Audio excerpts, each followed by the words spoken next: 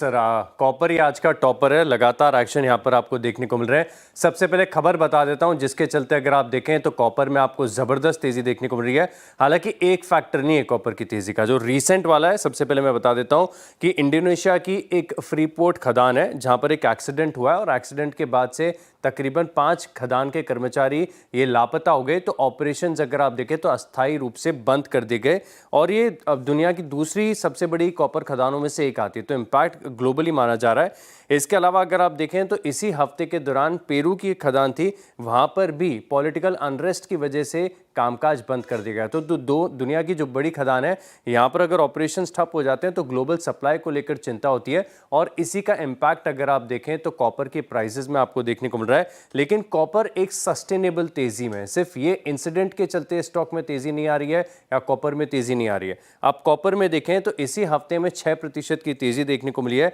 और YTD 20% का बड़ा मूव यहां पर आपको कॉपर के प्राइसेस में देखने को मिला है।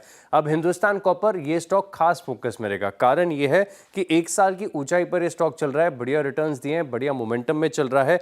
इसके अलावा अगर आप देखें तो लिस्टेड स्पेस में इनफैक्ट आप यही समझ लीजिए कि भारत में एकमात्र इंटीग्रेटेड कॉपर कंपनी है जिसके पास कॉपर ओर के रिसोर्सेज भी हैं, कॉपर रिफाइनिंग भी करते हैं और बाकी वैल्यू एडेड प्रोडक्ट्स भी बेचते हैं। बाकी अगर आप वेदांता और हिंडाल्को की बात करें तो कॉपर की रिफाइनिंग करते हैं, इनके पास कॉपर ओर के रिसोर्सेज नहीं है, तो एक एज इनके पास मिल जाता है। और जब से ये रेयर अर्थ की थीम ने एक बड़ा बज़ पकड़ा है, तब से अगर आप देखें तो हिंदुस्तान कॉपर लगातार बड़े मूव्स दिखा रहा है, बड़ी तेजी यहां पर आपको देखने को मिल रही है। और जब से इन्वेस्टर प्रेजेंटेशन अपलोड हुआ तब से तो स्टॉक ने पलट के ही नहीं दिखा, सिर्फ और सिर्फ तेजी यहां पर आपको देखने को मिली है।